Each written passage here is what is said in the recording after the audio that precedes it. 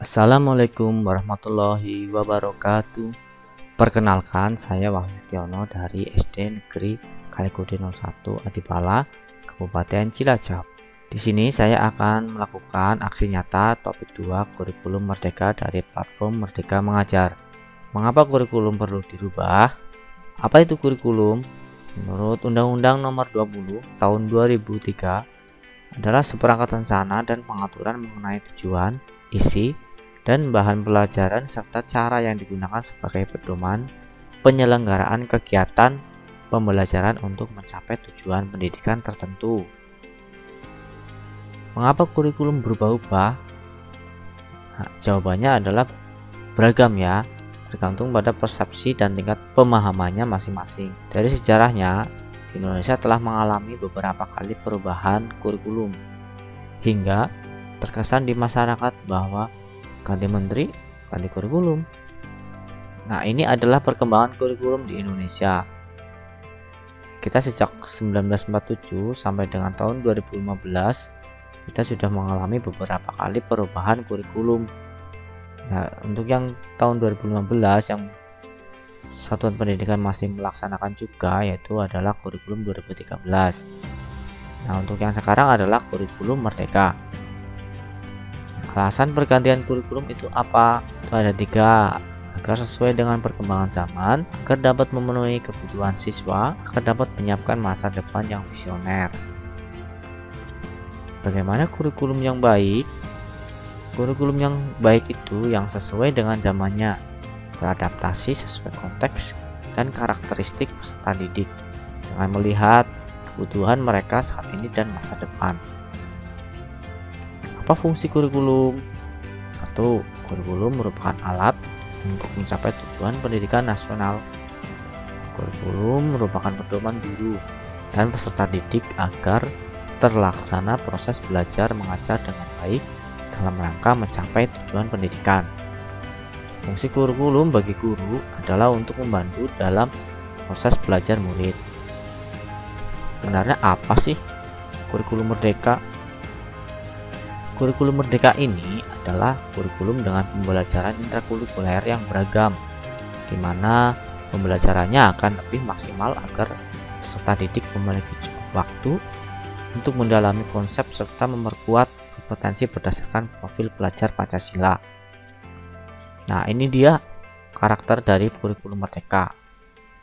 Pembelajarannya itu berbasis P5, Proyek Penguatan Profil Pelajar Pancasila. Lalu ada fokus pada material esensial, sehingga memiliki waktu cukup untuk mendalami kompetensi dasar seperti literasi dan numerasi. Lalu kurikulumnya adalah fleksibel pembelajaran dengan menyesuaikan kemampuan siswa, serta konteks dan muatan lokal. Keunggulan kurikulum Merdeka itu seperti apa? Ada 3 poin yang diambil, yaitu adalah lebih sederhana dan mendalam. Fokusnya ini adalah materi esensial dan pengembangan peserta didik pada fasenya. Lalu lebih merdeka bagi peserta didik, bagi guru, bagi sekolah. Untuk bagi peserta didik ini tidak ada program peminatan pada jenjang SMA. Peserta didik memiliki mata pelajaran sesuai minat, bakat, dan aspirasinya. Untuk guru, mengajar sesuai tahap capaian dan perkembangan peserta didik. Sementara untuk sekolah, memiliki wewenang untuk mengembangkan dan mengelola kurikulum dan pembelajaran sesuai dengan karakteristik satuan pendidikan dan peserta didik. Poin ketiga adalah lebih relevan dan interaktif. Pembelajaran melalui kegiatan proyek memberikan kesempatan lebih luas kepada peserta didik untuk secara aktif mengeksplorasi isu-isu aktual. Nah, inilah istilah dalam kurikulum Merdeka yang bisa kita pelajari, yaitu adalah capaian pembelajaran. Itu sama dengan kompetensi inti yang ada di kurikulum 2013, yaitu tujuan pembelajaran sama dengan kompetensi dasar. Ada alur tujuan pembelajaran atau ATP, itu sama dengan silabus. Lalu ada modul ajar, itu sama dengan RPP yang kita kenal. Lalu ada asesmen, itu adalah penilaian, dan yang terakhir adalah profil pelajar Pancasila. Nah, bagaimana capaian pembelajaran yang ada di kurikulum Merdeka itu disusun dengan per fase, yaitu pada fase A yang umumnya adalah kelas 1 sampai kelas 2 sekolah dasar.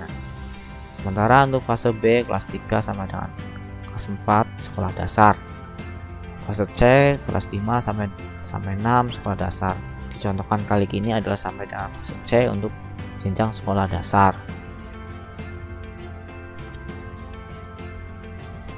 Bagaimana struktur kurikulumnya? Nah, di sini ada 3 poin ya yang diambil, yaitu pembelajaran reguler. Itu pembelajarannya yang rutin merupakan intrakurikuler. Lalu ada proyek penguatan profil pelajar Pancasila. Nah, jam pelajarannya atau JP bisa disusun per tahun. Sekolah dapat menentukan alokasi waktu yang fleksibel sesuai kebutuhan JP agar tercapai tujuannya. Nah, ini adalah tampilan daripada profil pelajar Pancasila, yaitu ada beriman, bertakwa kepada Tuhan Yang Maha Esa dan Allah mulia, ada berkebinekaan global, ada kreatif, ada gotong royong, ada bernalar kritis sampai dengan mandiri. Terima kasih telah menyaksikan aksi nyata dari saya. Silakan untuk melakukan feedback dan jangan lupa untuk apabila ada kesalahan dalam bertutur kata, saya mohon maaf. Wassalamualaikum warahmatullahi wabarakatuh.